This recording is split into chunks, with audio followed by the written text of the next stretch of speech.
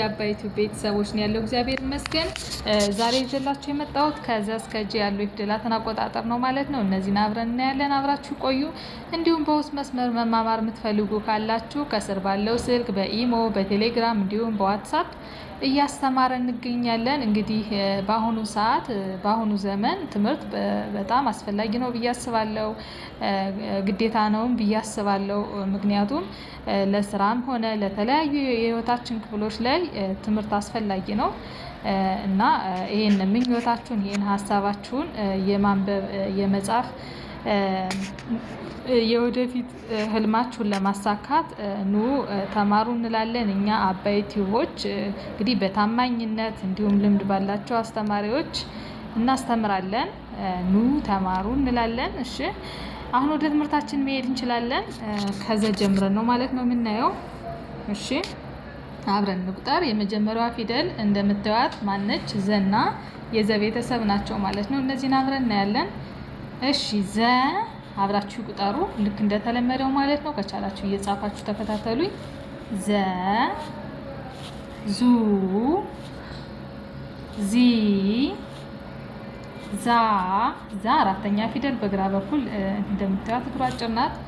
ዜ ቀለበት ፊደል አምስተኛ፣ ዝ ስድስተኛ ፊደል፣ ዞ ሰባተኛ ፊደል በቀኝ በኩል ምንድነች? እግሯ አጭር ነች ማለት ነው። ዞ ከዛ ዲቃላ ሆዬ የምንላት ዟ ነች።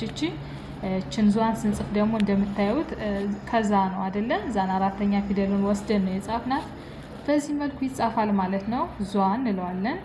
አንዴ እንድገመው እስኪ የዘን ቤተሰብ አብራችሁን ቁጠሩ። አሁንም ዘ ዙ ዚ ዛ ዜ ዝ ዞ ዟ።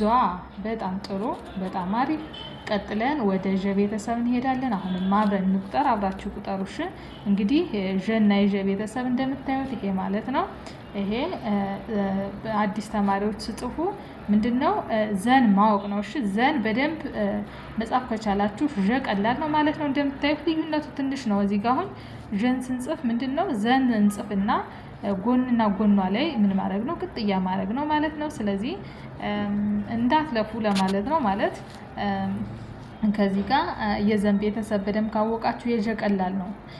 ምንም የሚከብድ ነገር አይኖረውም ማለት ነው። ስለዚህ ዠ እንለዋለን። ከዛ ዡን በተመሳሳይ ዙን ጽፈን ከላይ ብቻ እዚሽ ጋር የሆነ እንደምታዩት ያው ይታያችኋል ብዬ ነው።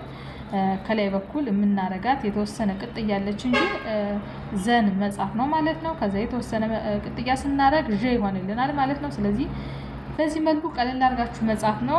እሺ እንቁጠር። ዡ ዢ ዣ ዤ ዥ ዦ። በጣም ጥሩ። እሺ ቀጥለን የየን ቤተሰብ እናያለን። አብራችሁ ቆዩ። እነዚህ ደግሞ የና የቤተሰብ ናቸው። እነዚህን አብረን እናያለን። የ ዩ ይ ያ የ ይ ዮ። በጣም ጥሩ። አንዴ ደግሞ አሪፍ ነው። የ ዩ ይ ያ የ ይ ዮ። መልካም። እሺ ቀጥለን ወደ ደ ቤተሰብ እንሄዳለን። አሁንም አብረን እንቁጠር። ደ ዱ ዲ ዳ ዴ ድ ዶ። በጣም ጥሩ። እሺ እንደምታዩት እንግዲህ ይሄ ደና የደ ቤተሰብ ነው ማለት ነው ያየነው። ቀጥለን ማንን እናያለን? ጀና የጀን ቤተሰብ እናያለን ማለት ነው። እንግዲህ ጀን ደግሞ እንዴት ነው የምንጽፈው? ደን ጽፈን ከላይ ምልክት ማድረግ ነው ማለት ነው። እንግዲህ በቀላሉ በተለይ ለአዲስ ተማሪዎች ነው ማለት ፊደልም ለመጻፍ አዲስ የሆናችሁ ልጆች ስትጽፉ እንዳይከብዳችሁ ነው። ደን በደንብ መጻፍ ከቻላችሁ ጀን መጻፍ ቀላል ነው። በተመሳሳይ ደን ጽፋችሁ ምን ማድረግ ነው? ከላይ አናቷ ላይ እችን ምልክት ስታረጉ ምን ይሆንልናል? ጀ ይሆናል ማለት ነው። በዚህ መልኩ በደንብ ተለማመዱ ደብተር ላይ። እሺ በደንብ በተለይ ምልክታቸውን በደንብ ለይታችሁ መጻፍ አለባችሁ። እሺ አሁን የጀን ቤተሰብ አብረን እንቁጠር። አብራችሁ ቁጠሩ። ጀ ጁ ጂ ጃ ጄ ጅ ጆ።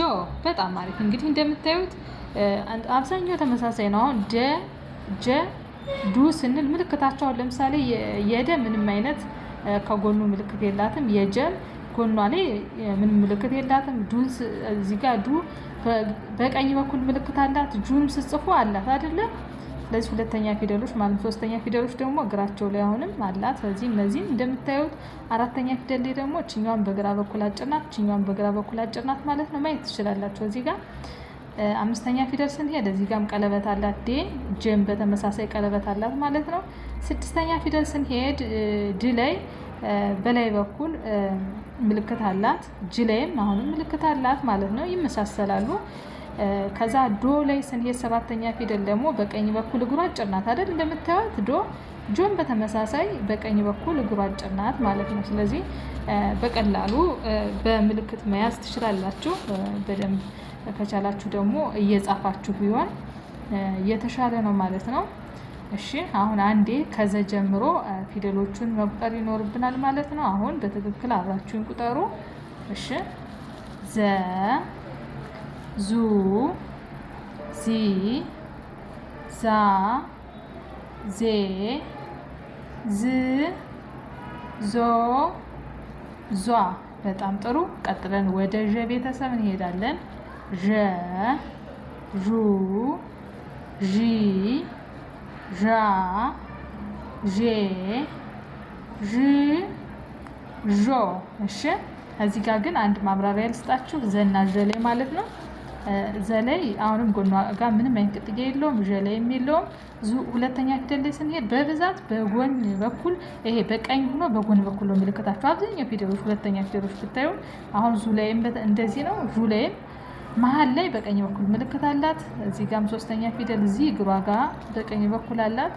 እዚህ ጋም እግሯ ጋር አላት ዥ ማለት ነው።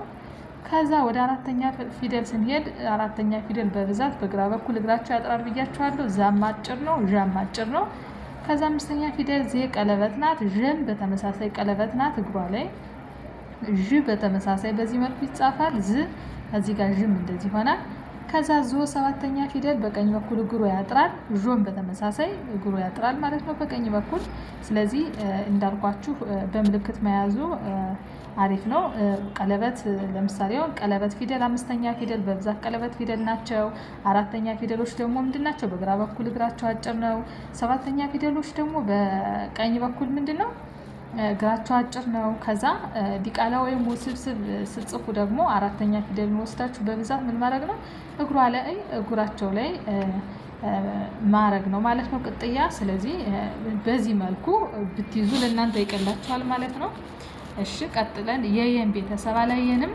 ድጋሚ አብረን እንቁጠር። እሺ ሲደጋገም አሪፍ ነው ብዬ ነው ለመያዝ። የ ዩ ይ ያ የ ይ ዮ።